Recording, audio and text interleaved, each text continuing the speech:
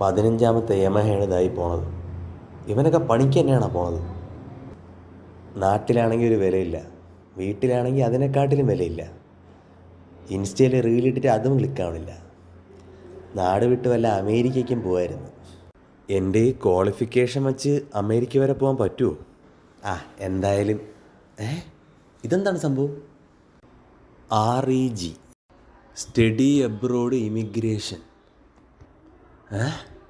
കൊള്ളാല്ല പരിപാടി, കയറി നോക്കായിരുന്നു. എന്തായാലും നോക്കിക്കളയാം. ഈ പറയുന്ന സംശയങ്ങൾ ആർക്കും തോന്നിയേക്കാം. എന്നാൽ നിങ്ങളുടെ എഡ്യൂക്കേഷൻ ക്വാളിഫിക്കേഷൻ അനുസരിച്ചുള്ള കോഴ്സുകൾ ഇപ്പോൾ US ലഭ്യമാണ്.